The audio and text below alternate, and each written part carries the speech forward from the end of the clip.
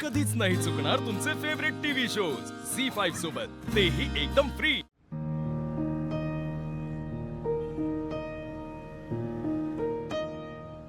दादा अजून एक चहा दे रे, आलं बिलं घाल जरा। अहो सरकार किती चहा पिताल, ऍसिडिटी होईल ना। एवढे बायको बनू नको माझी, काय बस। असं वागला ना तर काय काय करशील?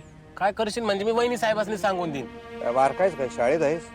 मास्तरीन बाई ह्यानं असं केलं बघा, ह्यानं माझी कळ काढली बघा आणि गृहपाठ नाही केला बघा, आणि ह्याहून बारकायच बारका नाहीये, पण तुम्ही त्यांचे विद्यार्थी आहे ना।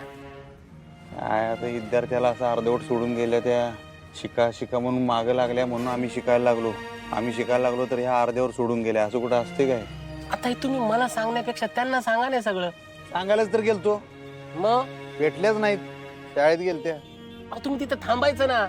काय नाही रे राव्या, थांबायचं काय आता, किती एकतर त्या आमच्या आयुष्यात यावं म्हणून एवढी वाट बघितली आम्ही। हा आता त्या परत याव्या म्हणून वाट नका बघू, डायरेक्ट घेऊन या।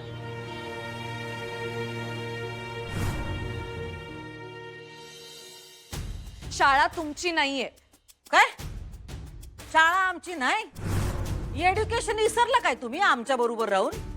या तिकडे या, वाचा की, मराठीत लिहिलंय, वाचता येतंय ना?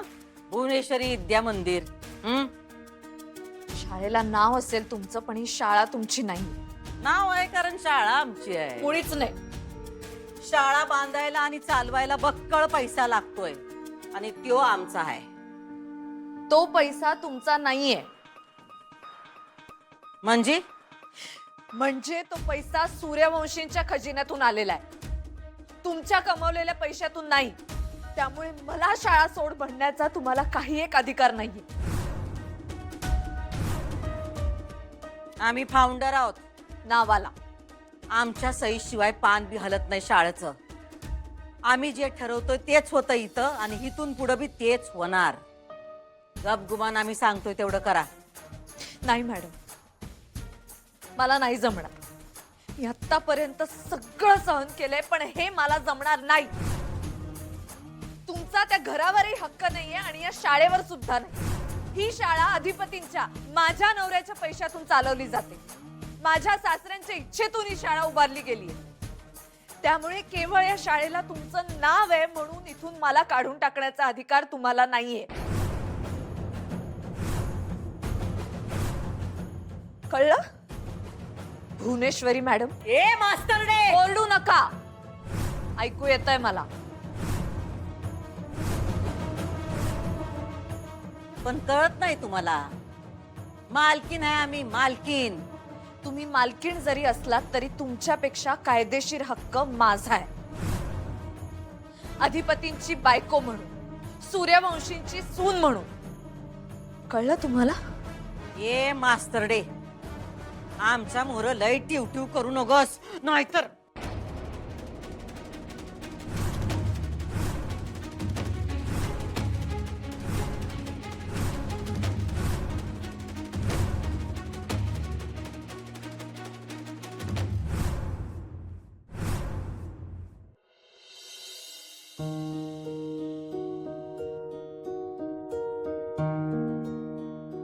करू काय मास्तरीन बाईसनी फोन का नको?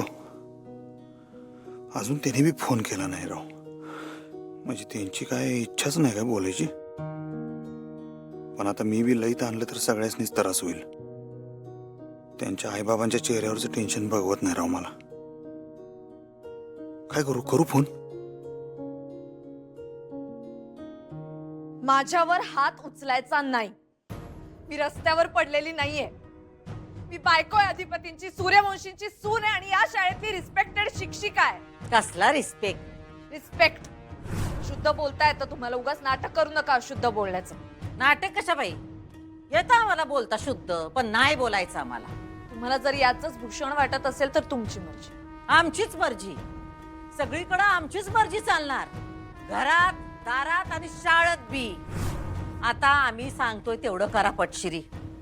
लिहिता वाचता येतं ना हो तुम्हाला? मी शिक्षिका आहे मॅडम। लिहिता वाचता येतं ना? त्याशिवाय शिक्षिका झाले का मी? तुम्हाला का नाही लय वाकड्यात शिरायची सवय आहे, आणि घाई पण। ज्या प्रश्नाचं उत्तर एका शब्दात देता येतंय त्यासाठी तुम्ही लावताय लांबन। कारण तुम्ही तुम्हाला माहित असलेल्या उत्तराचाच प्रश्न विचारता. म्हणजे तुमची काही चूक नाही, कधीच नसत्या. कधीच नसते असा दावा नाही करत आहे मी. म्हणजे तुमची चूक आहे हे तुम्ही मान्य करताय तर. माझी चूक? कुठली चूक? तुम्ही आत्ताच म्हणलं का नाही तुमची चूक नसते असा काही तुमचा दावा नाही म्हणून. विसरला काय मास्तरीन बाई? हा, घटक्यात एक बोलताय, घटक्यात दुसरं. याला का नाही आमच्याकडं या बोटावरची थुकी त्या बोटावर करणं असं म्हणतात. मी एका बोटावरची थुंकी दुसऱ्या बोटावर नाही करत आहे मॅडम. मी तुम्हाला स्पष्टपणे सांगते की मी माणूस आहे, माझ्याकडून चुका होऊ शकतात, एवढंच माझं म्हणणं आहे. आमचं लग्न मोडण्याची चूक झाली का नाही तुमच्याकडून? त्याला लग्न समजण्याची चूक आधी तुमच्याकडून झालीये मॅडम. सोंग करून समोरच्याला फसवून खोटं बोलून त्याला लग्नाच्या बोल्यावर उभं करणं, याला लग्न नाही म्हणत, याला फसवणूक म्हणतात. बास बास झालं मास्तरीन बाई. तुमची अक्कल तुमच्या विद्यार्थ्यांसमोर पाजळा, आमच्या मोर नग. कुठं चालला? तुम्हीच म्हटलात ना, तुमची अक्कल विद्यार्थ्यांसमोर पाजळा. आमचं बोलणं अजून झालेलं नाही. ते कधीच होत नाही. काय? मॅडम मला सगळं माहितीये, तुम्हालाही माझी मतं माहिती आहेत. पण आता तुम्हाला अजून एक गोष्ट सांगते. बाबांबरोबर लग्नाचा हट्ट करून तुम्ही लग्नालाच नाही या घरालाच अपवित्र केलंय. आम्ही ते घर अपवित्र केलंय काय? आमच्यामुळं अपवित्र झालेल्या घरात म्हणूनच तुम्ही राहत नाही काय? तुमच्या बरोबर राहत नाही मॅडम. मग आम्ही असलेल्या शाळेत तुम्ही कशा काय राहणार? काय? म्हणजे घर आम्ही अपवित्र केलं, मग शाळेचं पावित्र्य पण आमच्यामुळं गेलं असेलच नाही का? मग या अपवित्र झालेल्या शाळेत तुम्ही शिक्षण देण्याचं पवित्र काम कसं करणार?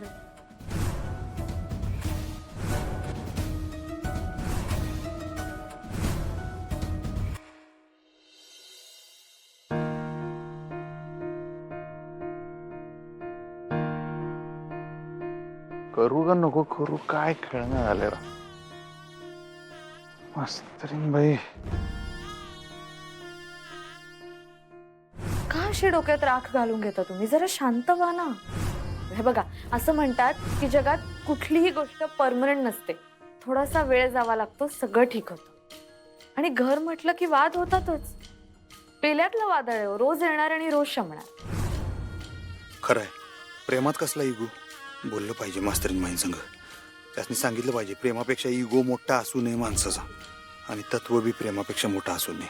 प्रेमाच्या आड काहीच यायला नाही पाहिजे. हा आजे. हा अधिपती, भुवी आली नाही रा अजून घरी? आल्या नाहीत म्हणजे काय, कोणीकडे गेलेत? नाही, काय सांगितलं नाही. हाय काय आता? तू जरा फोन करून बघतो काय? अरे माझा फोन उचलत नाही ती. बरं ठीक आहे, बघतो मी, काय काळजी करू नको. लय वेळ झाला तिला जाऊन. काय देवळात गेले असतील फार तर. देवीच्या देवळात नाही तर विद्येच्या देवळात, अजून कुठे जाणार? म्हणजे? अगं म्हणजे शाळेत गेले असतील, बघतो, कळवतो तुला. ठेवतो. बर बर ठीक आहे. अंबाबाई,